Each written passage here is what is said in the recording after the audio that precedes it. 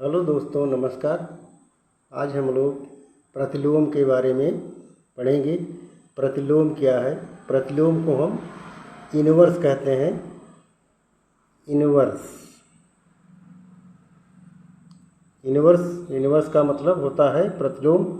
तो प्रतिलोम दो प्रकार के होते हैं। एक को कहते हैं योगात्मक प्रतिलोम और एक को कहते हैं गुणात्मक प्रतिलोम। तो योगात्मक प्रतिलोम को हम एडिटिव यूनिवर्स कहते हैं, एडिटिव यूनिवर्स। और इसको कहते हैं गुणात्मक को मल्टीप्लिकेटिव।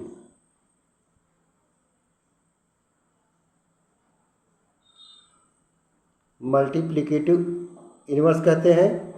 तो पहले हम पढ़ते हैं कि योगात्मक प्रतिलोम क्या है।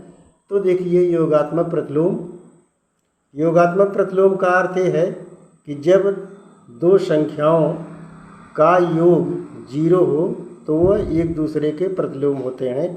कहने का अर्थ है, जैसे अगर हम लिख दें कि 5 प्लस -5 = 0, तो यहाँ पर ये हो गया कि 5 का योगात्मक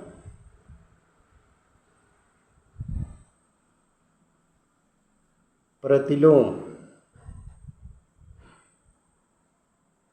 5 का योगात्मक प्रतिलोम कितना हो जाएगा? -5 हो जाएगा, क्योंकि -5 और +5 का योग 0 होगा, इसलिए इसका योगात्मक प्रतिलोम -5 है। इसी तरह से अगर पूछा जाए कि -51 का योगात्मक प्रतिलोम, तो आप 51 का योगात्मक प्रतिलोम बता दें कितना हो जाएगा? +51 हो जाएगा, क्योंकि 51 और -51 और +51 को जब ऐड करेंगे तो ये हो जाएगा 0 हो जाएगा। इसी तरह से अगर पूछा जाए कि 5/6 का योगात्मक प्रतिलोम, तो 5/6 का योगात्मक प्रतिलोम आप बता दें कितना हो जाएगा?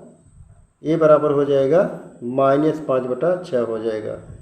इसी तरह से अब आपको आसान हो गया होगा कि आपको किसी भी संख्या या परिमेय संख्या का अगर योगात्मक प्रतिलोम पूछा जाए तो आप बड़े सरल ढंग से बता सकते हैं। अगर आपसे पूछा जाए कि -3/4 का योगात्मक प्रतिलोम क्या होगा, तो आप क्या बताएंगे? इसका बता दें कि हो जाएगा +3/4। आप इसको 3/4 लिख सकते हैं।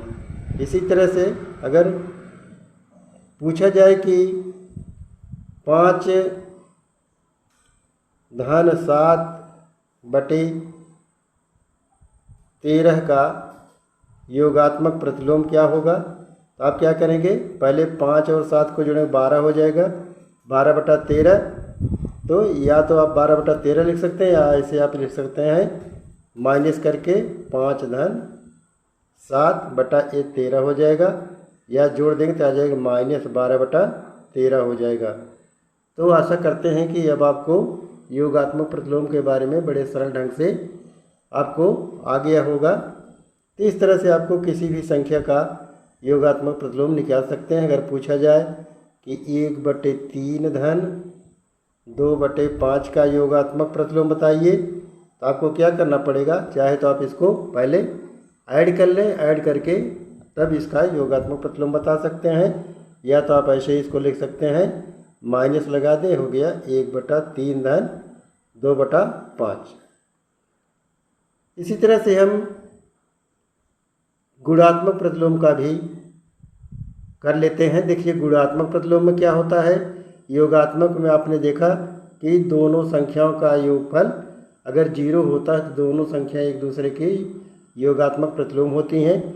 लेकिन गुणात्मक प्रतिलोम में इसको हम कहते हैं एडिटिव यूनिवर्स या मल्टीप्लिकेटिव यूनिवर्स। इसे मल्टीप्लिकेटिव यूनिवर्स कहते हैं या गुणात्मक प्रतिलोम कहते हैं। तो जब हम इसमें इनका गुणात्मक प्रतिलोम, जैसे जब कोई संख्या है अगर उनका गुणा करने पर 1 आता है तो वो एक दूसरे के गुणात्मक प्रतिलोम होते हैं।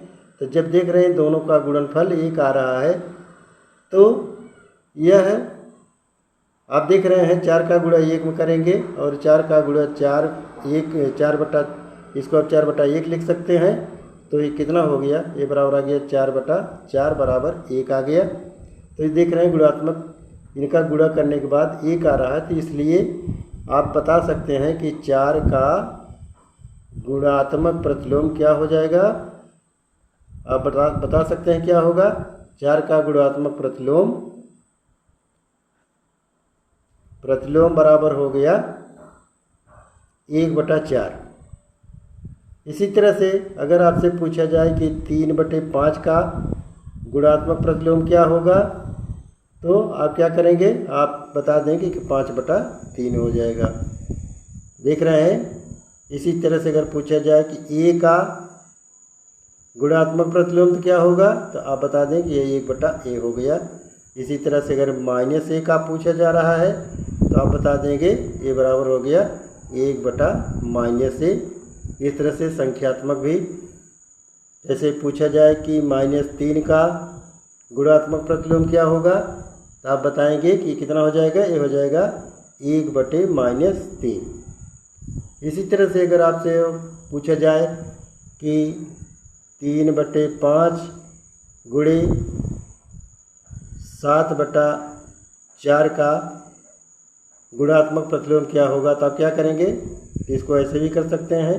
ये देखिए 7×3 21 हो गया, तो 7×3 21 और नीचे 5×4 20 हो गया। तो आप इसको 5×4